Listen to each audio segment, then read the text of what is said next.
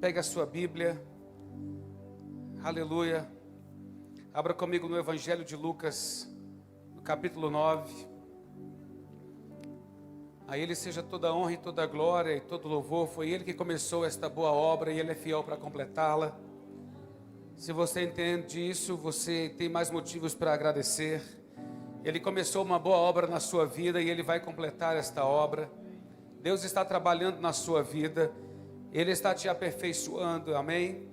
Ele liberou dons sobre a sua vida, você atua e opera nos dons do Espírito Santo. Todo crente nascido de novo, todo homem e mulher nascido de novo, eles têm a operação dos dons do Espírito na sua vida.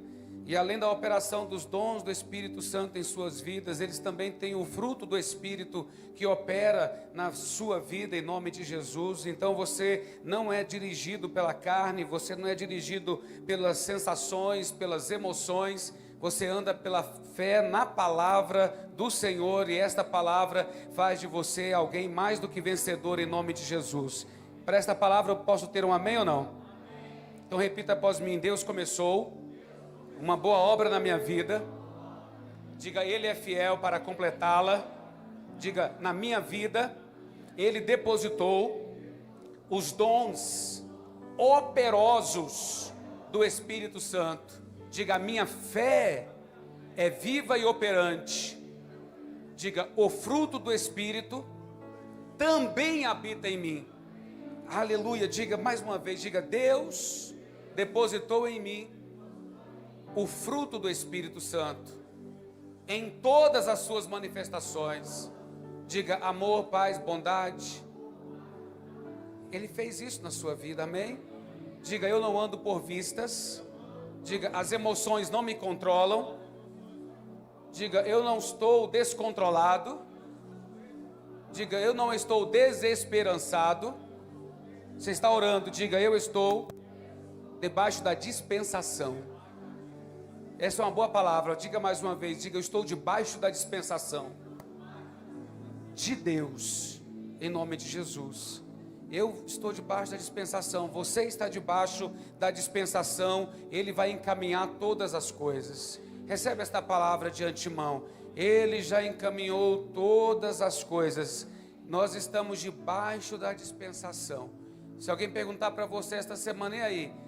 A despeito disso, daquilo, da vida, dos sonhos, projetos, como é que você está?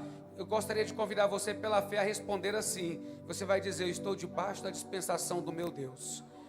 Em nome de Jesus, amém? Vamos ler Lucas capítulo 9. Lucas capítulo 9, segundo narrou Lucas a vida e a obra do nosso Salvador Jesus. No capítulo 9, no verso 23, Lucas relata algumas palavras de Jesus, quando assim ensina a palavra de Deus. Dizia a todos, se alguém quer vir após mim, a si mesmo se negue, dia a dia, tome a sua cruz e siga-me. Pois quem quiser salvar a sua vida, perdê-la-á. Quem perder a vida por minha causa, esse a salvará. Que aproveita ao homem ganhar o mundo inteiro, se vier a perder-se, ou ao causar dano a si mesmo? Porque qualquer que de mim e das minhas palavras se envergonhar, dele se envergonhará o Filho do Homem, quando vier na sua glória, na glória do Pai e dos santos anjos. Verdadeiramente vos digo, alguns dos que aqui se encontram, que de maneira alguma passarão pela morte, até que vejam o reino de Deus. Pela santa palavra lida até aqui, você pode dizer um amém? Agora, por favor, abra sua Bíblia no Evangelho segundo Marcos, no capítulo 15.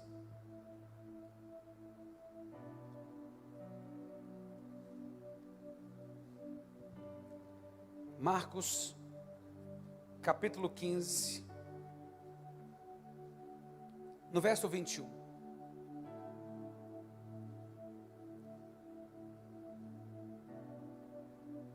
Marcos 15, 21? Não é, ok. Marcos 15, 21, a palavra de Deus diz assim.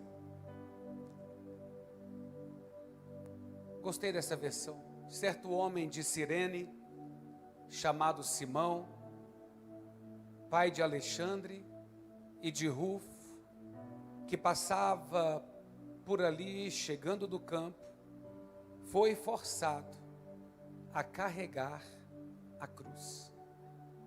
Vamos ler de novo? Certo homem de Cirene,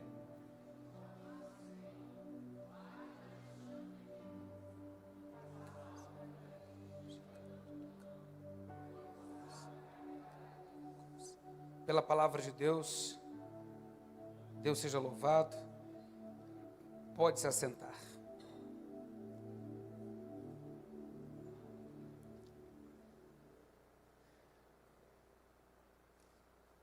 Lucas, o discípulo amado, o médico amado, registra de forma contundente um dos discursos paradoxais, a verdade do Evangelho de que quando se ganha, se perde, mas quando se perde, na verdade se ganha. Ele registra as palavras de Jesus em uma chamada a uma caminhada de entrega, a uma caminhada de renúncia. E é maravilhosa essa leitura porque Jesus, o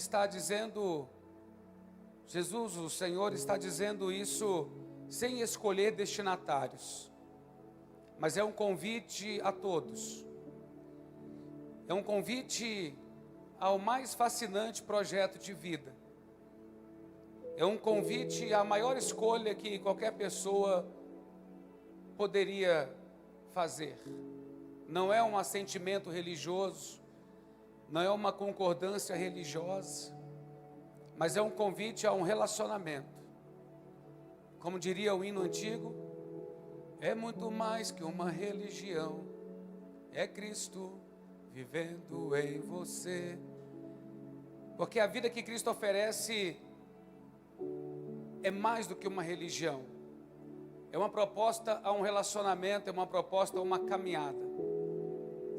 Mas esta caminhada, conquanto tenha um conjunto de promessas que em nenhum outro lugar poderia se obter, fala também sobre uma capacidade integral de renúncia. E evangelho é renúncia, evangelho é sacrifício.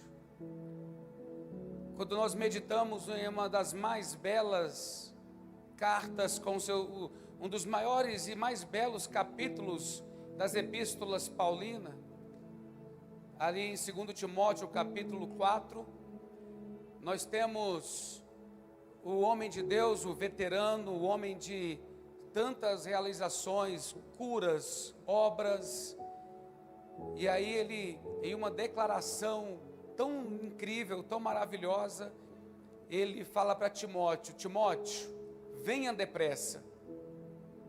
Ele está fazendo um clamor a Timóteo, que está em Éfeso, e ele diz: venha depressa, e venha antes do inverno, porque eu estou com frio, estou na masmorra, e você precisa vir logo.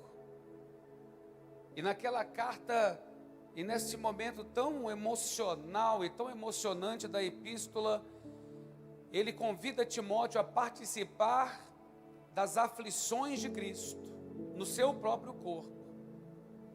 Convida Timóteo a não se envergonhar das suas cadeias, porque na cabeça de algumas pessoas, como podia Paulo, um homem, um herói da fé, como poderia Paulo, alguém com um histórico tão incrível, fariseu de fariseus, um homem altamente respeitado, e agora converso ao cristianismo, passar por acusações, prisões, masmorras, naufrágios, rejeições, calúnias, de todo tipo e de toda sorte.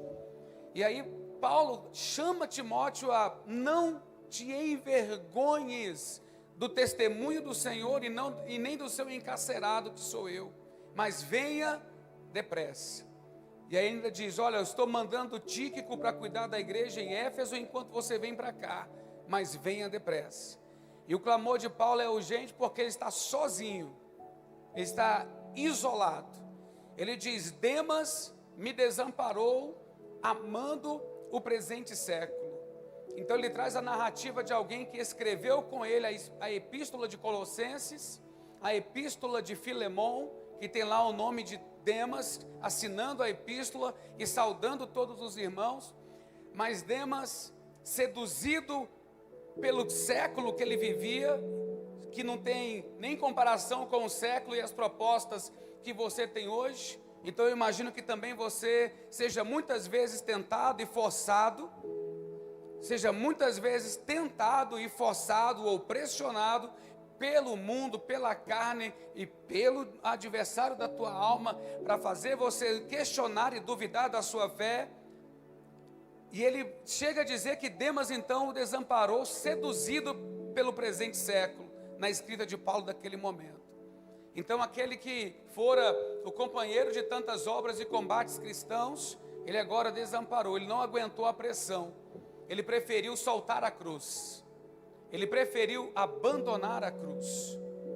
E aí Paulo vai citar que alguns, Crescente foi para a Galácia, Tito para a Dalmácia, não por desistência do evangelho, não porque soltaram a cruz, mas porque havia também necessidades missionárias, e eles precisavam deixar Paulo sozinho para enfrentar e abraçar o campo missionário em outros lugares, porque não diferente de hoje, os campos estão brancos para a ceifa, mas os ceifeiros são poucos. As pessoas dispostas a assumir um compromisso verdadeiro, um compromisso real, não estão em vantagem, muito menos naquela época. Mas aí Paulo vai insistir com Timóteo. Timóteo, não desista. Então eu me baseio ainda em Lucas 9, e ele está clamando de coração de um pai, porque Timóteo era seu filho na fé, em que pese Timóteo já fosse um convertido quando Paulo o conheceu, e ele se converte no testemunho da avó, no testemunho da mãe, coisa linda, né?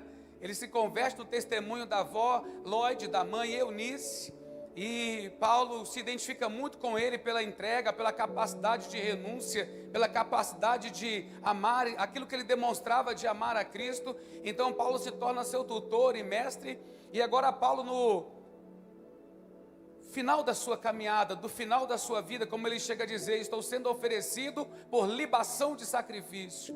Paulo traz à memória um dos momentos finais do sacrifício do Antigo Testamento,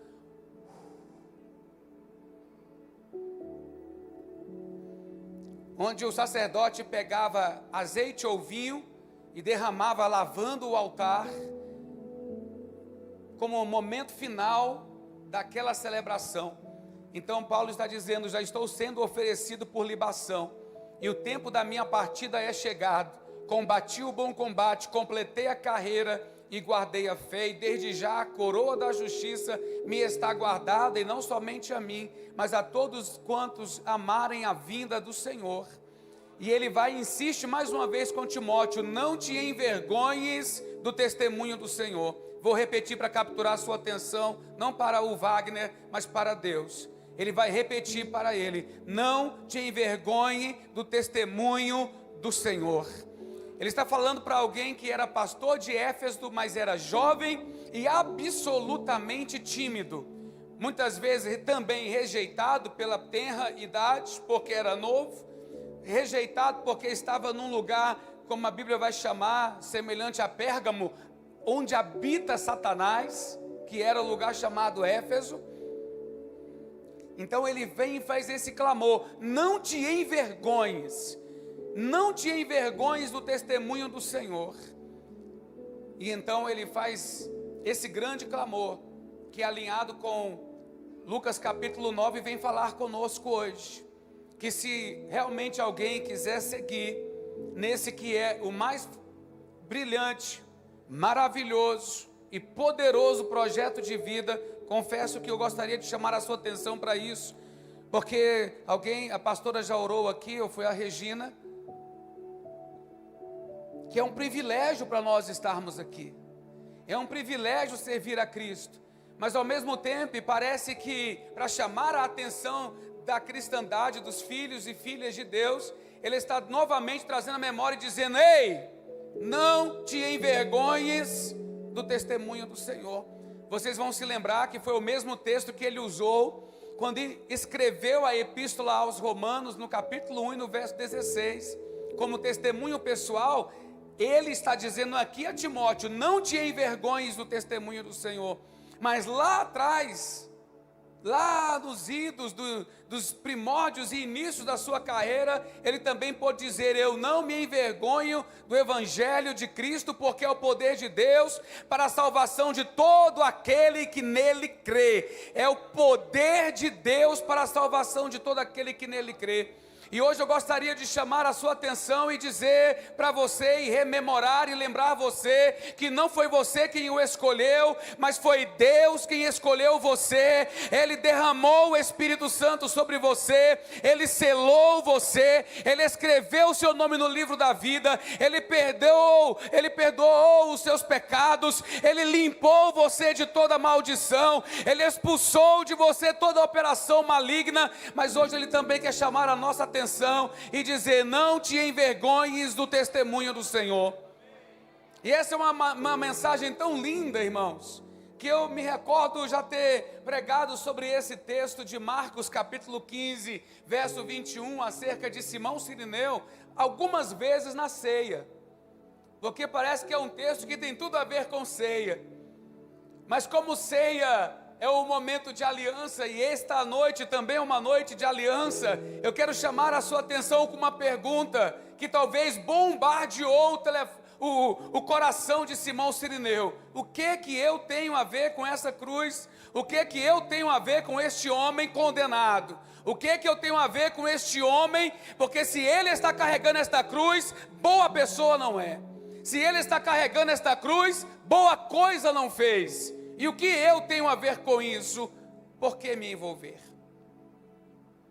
E se eu pudesse dar um título para você nesta mensagem de hoje, eu diria: por que me envolver? Sim, o tema da mensagem é uma pergunta: eu? Por que eu?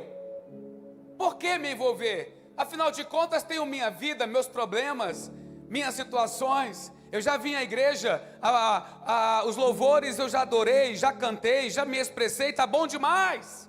Ainda repeti várias frases que não estava muito nem interessado em repetir, mas repeti para não fazer o ministrante passar vergonha.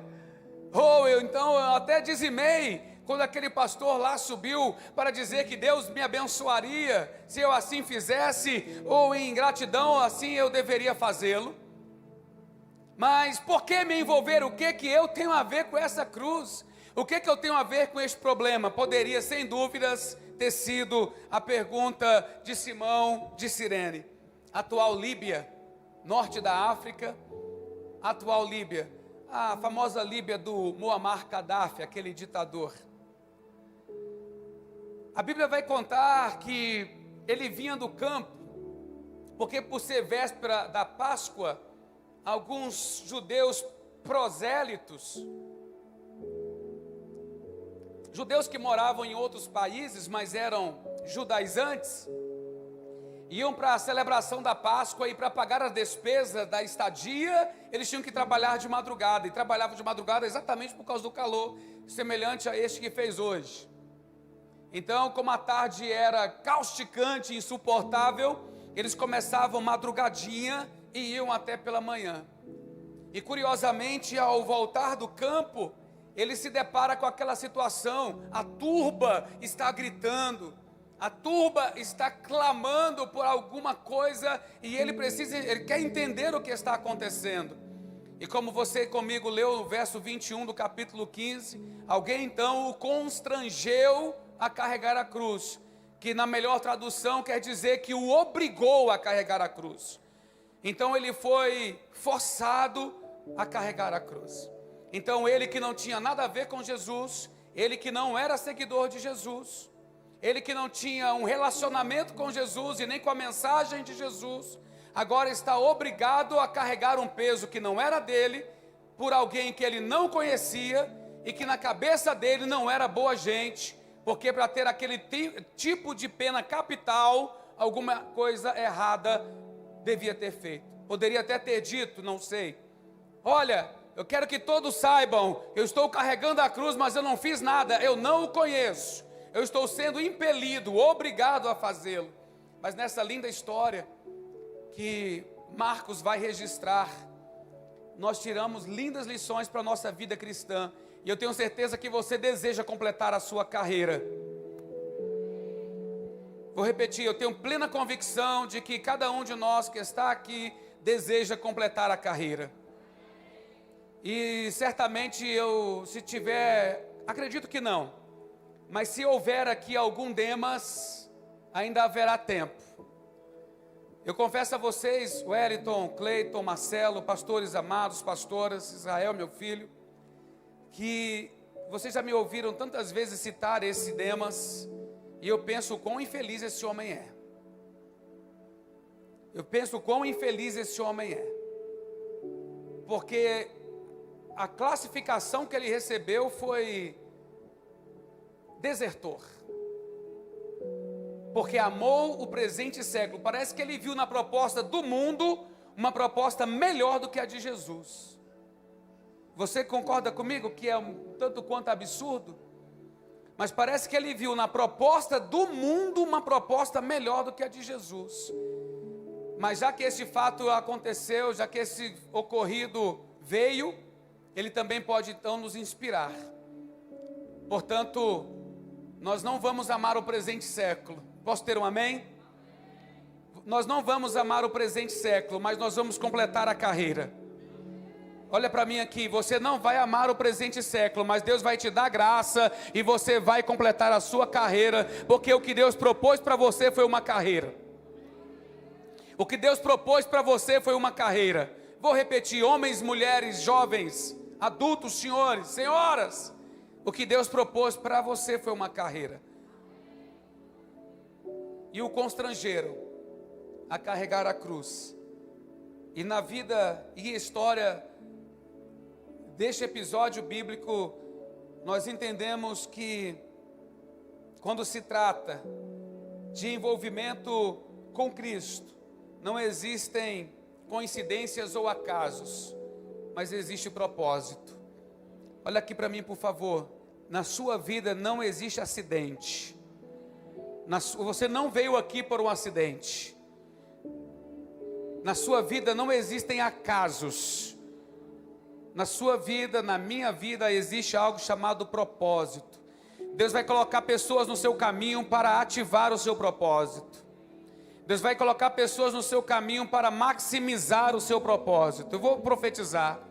Deus continuará colocando pessoas no seu caminho que vão ajudar você a descobrir o porquê que você veio a este mundo. E você não vai andar à deriva, mas você vai cumprir o chamado, o plano, o propósito, o ideal que Deus destinou para você em nome de Jesus. E isso vai satisfazer o seu coração, isso vai alegrar a sua vida, ainda que tenha contornos de perseguição, ainda que tenha contornos de rejeição, porque na matemática de Deus é completamente diferente da nossa.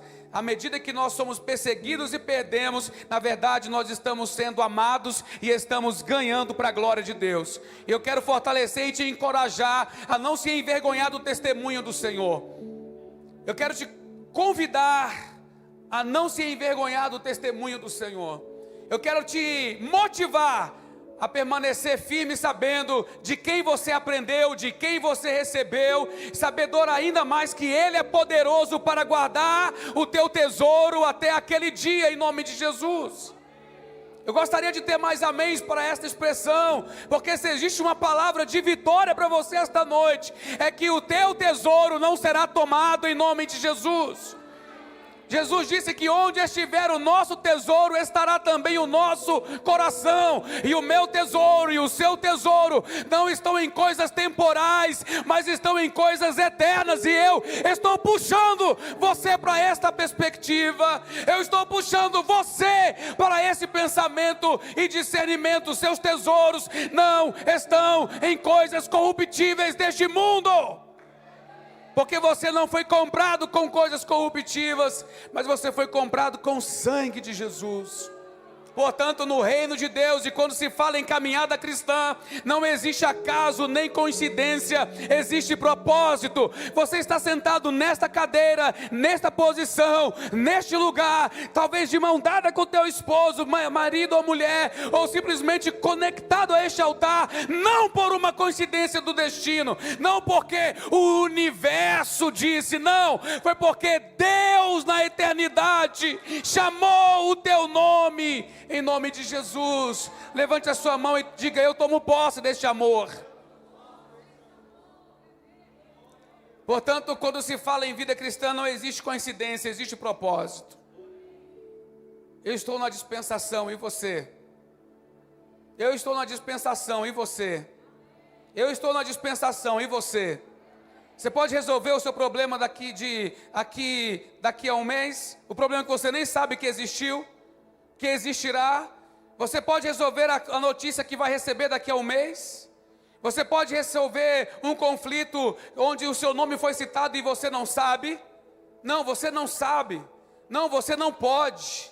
Não está no seu condão. É por isso que você não está na sua dispensação. É por isso que você está na dispensação de Deus. E eu vou insistir, antes de entrar nesta mensagem propriamente dita, e vou afirmar a você que você está para a glória de Deus na dispensação do Senhor. Portanto, não te envergonhes do testemunho do Senhor em nome de Jesus. Sempre me lembrarei de um episódio na minha adolescência onde a Bíblia teve vergonha de um cara.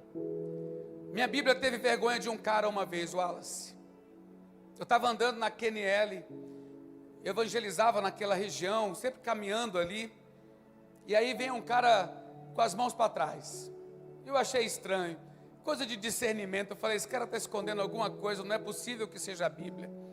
Eu não estava com Bíblia, eu estava caminhando na rua. Quando ele passou por mim, antes que ele reposicionasse a mão, eu olhei para trás. Ele estava com a Bíblia e rapidamente colocou para frente, que a intenção dele realmente era esconder. Para mim, aquele dia, aquela Bíblia teve vergonha. Mas a Bíblia vai me dizer em Lucas capítulo 9, que nós não nos envergonhamos do Senhor. Nós vamos ler em 2 Timóteo capítulo 4, nós não nos envergonhamos do testemunho do Senhor. E você poderá dizer, eu não me envergonho do Evangelho de Cristo, porque Ele é o poder de Deus, para a salvação minha e de qualquer pessoa que cruzar o meu caminho, porque eu sou uma testemunha do Senhor e você está abençoado no teu propósito em nome de Jesus. Portanto, quando nós falamos e lemos esse texto de Marcos 15, 21, entendemos que não existem acasos, existe propósito. Você pode guardar essa palavra no seu coração. A segunda coisa que devemos aprender é que tudo aquilo, ainda falando sobre propósito, podem existir acasos, podem existir coincidências, mas quando se chama ou se trata de chamada e vocação, não. Aí existe propósito. E que Deus vai sempre nos chamar, e às vezes em momentos inesperados, e Ele vai abrir para nós um plano, e nós não imaginamos, nem imaginávamos, que poderíamos, nós tão pequenos, fazermos parte da engrenagem de Deus. Olhe para a pessoa do seu lado, me ajude a pregar e diga, você faz parte da engrenagem de Deus. Deus está fazendo algo e Ele encaixou você. Dá um glória a Deus aí se você entende isso. Deus está fazendo algo e encaixou você. Deus está fazendo algo e encaixou o Ministério Rio de Vida. Deus está fazendo algo e colocou o seu nome lá. E isso para a glória dEle. Glória a Deus por isso. Segunda coisa é que o chamado de Deus, este chamado para cumprir o propósito, é hora extra. Você já deve ter ouvido aquela frase que diz que Deus não chama desocupados. E quem caminha comigo há mais de 10 anos, 15 anos, 20 anos, ou alguns que já caminham comigo há 30 anos, e tem gente aqui que caminha comigo assim, além da minha digníssima esposa, tem um ou outro aqui que já caminha comigo desde essa época. Vai se lembrar que a palavra sempre foi a mesma. Nós estamos cuidando de pessoas, pais de família, chefes de família, e nós não estamos aqui para esculachar ninguém, e nem para colocar tampas limitadoras na vida de ninguém. Nós estamos aqui para tirar tampas, extrair dessas pessoas o seu melhor, principalmente mostrando para elas que elas têm valor não pelo que fazem, não pelo que entregam, mas pelo que são. Mas esta chamada de Cristo para a nossa vida é uma chamada extra, porque você tem as suas ocupações, você tem a sua vida, e Deus nunca chamou desocupados. Não são os desocupados que estão na agenda de Deus, são pessoas cheias de coisas a fazer, são pessoas multitarefárias, são pessoas com a mente e o coração carregados de vários sonhos, propósitos, com cada uma delas talvez os seus próprios dilemas e ocupações, sim, mas é você que Deus está interessado em usar, potencializar áreas da sua vida e fazer de você um canal de transferência de recursos espirituais, onde quer que você vá ou esteja, porque foi para isso que você nasceu. Então o chamado de Deus é hora extra. Então se você anda dizendo que está muito ocupado, se você está dizendo que anda muito superatarefado, eu quero lhe dizer que Deus já mirou você, e é você que Ele quer usar. E sinta-se privilegiado nisso. Deus deseja usar você na sua escola, no seu trabalho, na sua faculdade. Deus deseja usar você, e é hora extra sim, em nome de Jesus, porque o chamado de Deus é maior do que a sua ocupação. A sua ocupação foi uma bênção que Deus te deu para gerar recursos, para nutrir, manter, suprir a sua família. Portanto, é dizer que você é um missionário onde estiver, e para a glória de Deus ainda vai ter recurso financeiro para isso. Você não é de você. Entendeu a frase? Sim, eu poderia dizer que você não pertence a si mesmo, mas eu quero usar exatamente o trocadilho e dizer: você não é de você, você pertence ao Senhor. Amém, Leilinha? Você não é de você, você é de Jesus. Então os jovens que estão chamando você para, sabe, vamos ali, não, você não vai ali, porque você é de lá. Você entendeu? Você está olhando para mim? Se alguém falar para você, vamos ali, você não vai ali, porque você é de lá. Então você é de lá, você entendeu isso? Não, pai, eu não estou aqui para falar isso para o seu filho, eu estou aqui para falar isso para você. Que você não é dali, você é de lá. E o chamado de Deus, sim, é hora extra. Em terceiro lugar, o nosso envolvimento impacta muito mais do que nós imaginamos. Você está comigo ainda? Diga amém. Eu tinha 7 para 8 anos e nos mudamos para Braslândia. Meu pai teve uma ideia nada genial. Nós tínhamos uma casa na QNL e ele disse: vamos mudar para Braslândia. Na verdade ele não ia mudar, ele só ia jogar a gente lá. Então nós fomos para lá. Eu, minha mãe e meus irmãos. E eu era o caçula que segurava nos vestidos dela. E ali ela começou a frequentar uma igreja batista. Do nada, ela era católica, apostólica romana, mas muito temente sempre. E no reino de Deus não existem acasos nem coincidências, existe propósito. Então nós fomos para Braslândia, talvez por um capricho de alguém, que eu tanto amo e respeito, mas é um fato, apenas uma narrativa. Chegando lá, ela começou a frequentar uma igreja batista e eu ia caminhando com ela. Ficamos lá menos de um ano. Ela falou: o quê? Não vou ficar aqui nunca com meus filhos. E guerreira como era, eu lembro como se fosse hoje, achou uma folha de cheque, não tínhamos dinheiro.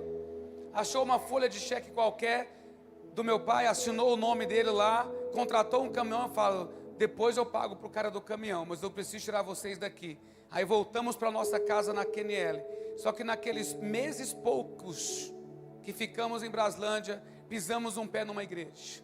E ao voltar para a QNL, minha mãe falou: será que tem uma igreja aqui perto? Eu falei: mãe, não sei, mas vamos procurar. Aí lá vai o Wagner segurando na mãozinha dela e indo para a igreja. Então, aos 8 para 8h30, eu piso na igreja pela primeira vez. Batizado aos 9h30, 10. E nunca mais. Porque no reino de Deus não existem acasos, não existem coincidências, existe propósito. Existem pessoas que Deus chama, e quando nós resolvemos andar na dispensação de Deus, as coisas começam a acontecer. E minha mãe nunca imaginaria que aqueles dias em Braslândia, poucos meses, salvaria a nossa família. Depois disso eu fui fazer missões na casa das famílias, dos parentes, lá no interior do Goiás. Dezenas de convertidos. Um dos primos alcoólatras, drogados, prostituídos, entregue nas mãos de Satanás, hoje é o pastor da igreja local naquele município, lá na divisa com Aragarças. Então eu quero dizer para você, em nome de Jesus, que o fato de você estar sentado numa cadeira esta noite dentro de uma igreja vai impactar a sua vida, porque você está sendo abençoado e ativado na sua fé. Mas muito mais do que isso, gerações futuras virão, e alguém algum dia vai dizer que porque meu pai, minha mãe estava numa igreja determinado dia, os olhos do seu entendimento foram abertos, e hoje a minha família inteira é salva para a glória de Deus, porque aquilo que nós fazemos em prol do reino de Deus impacta não apenas a nossa vida, mas a vida de toda a nossa família. Atos 16:31, crê no Senhor Jesus e será salvo tu e a tua casa, porque ninguém está distante demais, onde a graça de Deus não possa alcançar, ninguém foi longe demais, onde o perdão de Deus não possa restaurar, ninguém foi fundo demais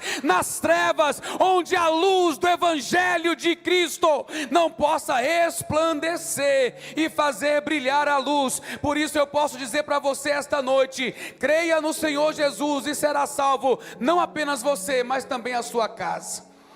Atos 16:31, Atos 4:12, porque em nenhum outro nome há debaixo do céu, pelo que importa que sejamos salvos. Eu posso acrescentar e dizer, a não ser o nome de Jesus. Josué 24:15 é o nosso tema de todo domingo, e eu nunca vou mudar. E não vai mudar, porque todo santo domingo nós vamos estender sim as nossas mãos para a nossa casa. E o cara pode estar na manguaça, pode estar na quebrada, pode estar onde for, mas nós vamos olhar para eles e dizer: são servos de Deus, são servos de Deus, são servos de Deus, porque eu e a minha casa serviremos ao Senhor. Eu e a minha casa, você pode dizer isso? Eu e a minha casa, diga: eu e a minha casa, eu e a minha casa serviremos a Deus. Quando Marcos registra, ele poderia simplesmente Simão de Cirene, mas ele diz pai de Alexandre e de Rufo. Por que ele vai dizer pai de Alexandre e de Rufo? Porque ele não está escrevendo isso aqui no momento que aconteceu. Ele está dizendo isso aqui depois de coletar testemunhas, depois de analisar os fatos, depois de perscrutar, buscar informações. Nesse tempo aqui, ele já conhece Alexandre e Rufo. Ok, você está comigo? Diga amém. Ele já conhece Alexandre e Rufo. E quem são Alexandre e Rufo? Você está comigo? Líderes da igreja. Por que ele cita Alexandre e Rufo? Porque nessa altura onde o Evangelho foi escrito, eles já são líderes na igreja. Simão pega a cruz, coloca sobre os ombros, titubeia, rejeita, pragueja talvez, não tenho nada a ver com este homem, mas ele segue os passos de Jesus. Talvez Simão foi o homem que melhor representa, tome a sua cruz e siga-me, né? Porque ele foi seguindo Jesus, e ele foi seguindo os passos de Jesus. Enquanto os outros praguejam e amaldiçoam os outros condenados, Jesus não. Jesus está falando sobre perdão. Jesus está falando sobre misericórdia. Jesus está falando sobre graça. Jesus é capaz de olhar para sua mãe e dizer: mãe, eis aí teu filho. Porque ele está pedindo para ela: olha, ele vai cuidar de você. E ele olha para João e diz: filho, meu discípulo fiel, amado, querido, meu guardião João, eis aí tua mãe, cuida dela na minha ausência, cuida dela na minha falta. E tudo isso, o Simão está olhando e está vendo, ele não é um condenado, ele não é alguém qualquer, ele não é um saltimbanco, ele é alguém muito especial. E aí, eu posso imaginar pelos olhos da minha interpretação bíblica e ver Simão chegando em casa dizendo, porque os filhos vão perguntar para ele, dizer: pai, você não chegou para a hora do sacrifício, porque ele deveria estar em casa na hora do sacrifício. Pai, você deveria ter chegado aqui antes. Cheirinho de pipoca agora doeu, hein, irmãos? Pai, você devia ter, eu vou mandar servir daqui a pouco para vocês. Ah, brincadeira, é igual o ar de vocês querendo dizer que não querem que eu acabe. E aí eles dizem: pai, o senhor não chegou no horário do sacrifício. Você consegue imaginar comigo? Olha para mim, pai, olha Alexandre e Rufo chegando e falando assim: pai, por que você demorou? Pai, você não chegou na hora do sacrifício. Pai, o que aconteceu? Você deveria ter chegado aqui antes. Pai, agora a gente tem que fazer o sacrifício da Páscoa. E agora, pai? A gente tinha que ir lá. E eu vejo um Simão de Cirene quebrado, dizendo assim: eu preciso falar com vocês, porque eu vi a Páscoa acontecer. Eu vi o Cordeiro ser morto. Eu vi o Cordeiro ser morto. Quando Paulo vai se referir a Alexandre, em Romanos 16, 13, se você quiser abrir a sua Bíblia, porque eu estou dizendo que aquilo que nós fazemos quando entregamos a nossa vida, impacta a nossa vida, mas impacta também a nossa família, impacta também a nossa casa. A bênção que você recebe aqui agora está alcançando a sua casa. A palavra de cura que você recebeu aqui na hora da oração já alcançou um parente seu na sua casa, e não é misticismo, é palavra de fé que eu estou liberando sobre a sua vida, e esta palavra de fé que você está recebendo aqui está se cumprindo lá. Então em Romanos 16, 13, Paulo vai dizer, tanto eles foram pessoas proeminentes, que Paulo vai dizer: saúdem Rufo, eleito no Senhor, e a sua mãe. Uau, que coisa linda, irmãos. Você se emociona com textos bíblicos? Não tem jeito, não é? E também a sua mãe está saudando. Eu saúdo Rufo, eleito no Senhor, e a sua mãe. E olha o que Paulo, o apóstolo de Cristo, vai dizer: e a tua mãe, que também tem sido mãe para mim. Isso é forte. Você concorda que isso é muito forte? Por favor, deixa eu te explicar o que eu quero dizer. Talvez eu não tenha sido claro. Paulo, gente, Paulo, o apóstolo Paulo. Uau! O cara da grandeza das revelações, que foi arrebatado ao terceiro céu. Olha, uau!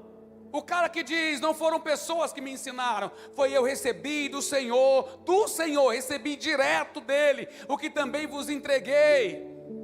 Lembra de 1 Coríntios 11?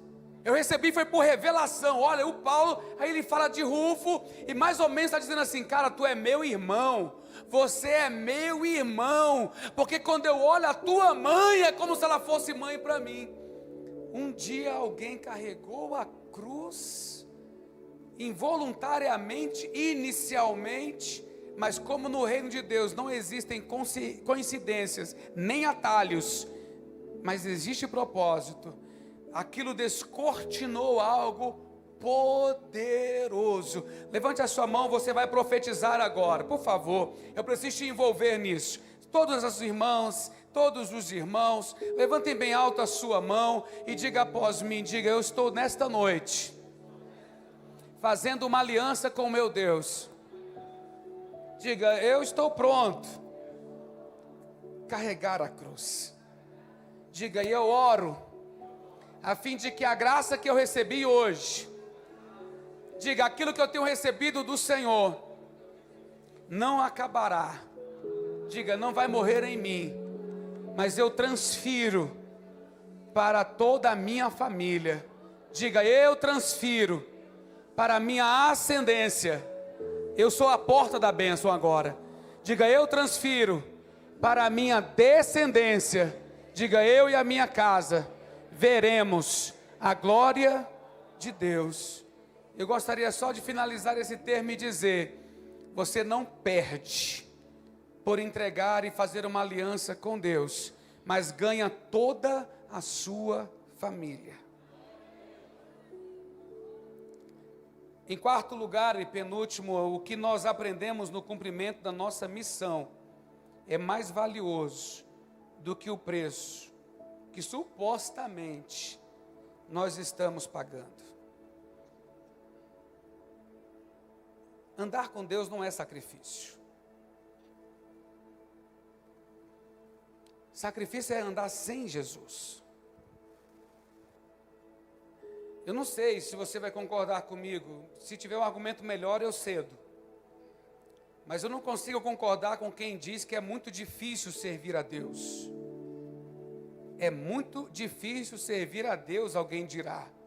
Pelo amor de Deus. Você já ouviu isso, né? É muito difícil servir a Deus. Servir a Deus é difícil? Difícil é acordar sem saber o que orar. Difícil é acordar sem a referência do céu na terra. Venha a nós o teu reino. Difícil é não poder dizer no momento de luta ou afronta: o Senhor é o meu pastor e nada me faltará. Difícil é não ter essa palavra impressa na alma. Difícil é acordar no meio de uma notícia ruim. Meu Deus, vê se eu ensino bem. Meu Deus. Difícil é acordar e falar: oh, meu Deus, não, né? Difícil é acordar e dizer: e agora? Liga para o fulano.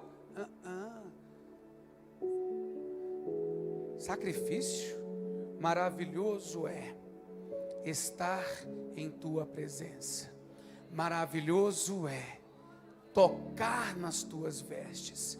Maravilhoso é estar na tua presença. Maravilhoso é estar em tua presença.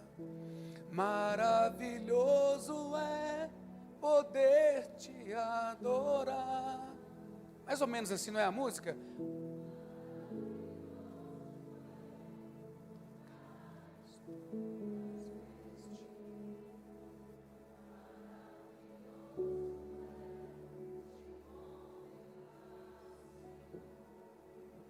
Isso é sacrifício? Sacrifício? Ei, sacrifício? E para finalizar,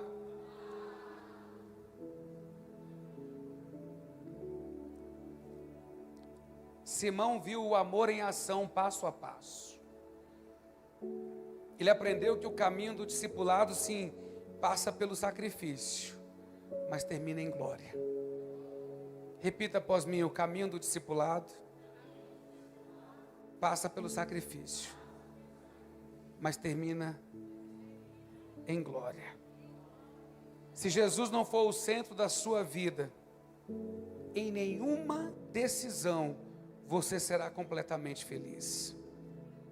Mas se Jesus for o centro, até no pior deserto, você se alegrará.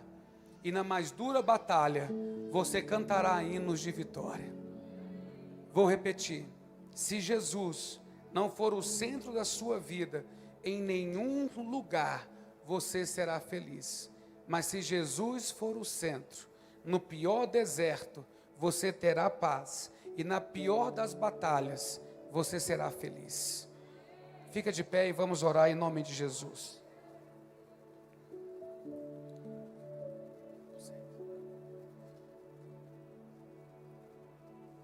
Eu gostaria de que você fizesse a pergunta assim. Feche os seus olhos por um minuto. Você está comigo? Você está comigo ainda? Faça a pergunta a si esta noite. Diga, por que me envolver? Por que eu? Será que faz sentido eu? Por que eu? Por que a mim? Sim, eu quero dizer a você esta noite que Jesus está chamando você. E não é sacrifício. Não é sacrifício. Pode tomar contornos de dificuldade? Pode. Pode ter aflição? Pode. Porque ele disse que qualquer um que segui-lo padecerá perseguições. Como cantaria o grupo Logos. Se o feriram, sendo ele cabeça, e eu apenas corpo. Se feriram ele enquanto cabeça, muito mais eu enquanto corpo. Mas gostaria que você guardasse uma frase: que seguir a Jesus sempre será a melhor decisão e o mais fascinante projeto de vida. E eu estou convidando você a se envolver com Ele em nome de Jesus.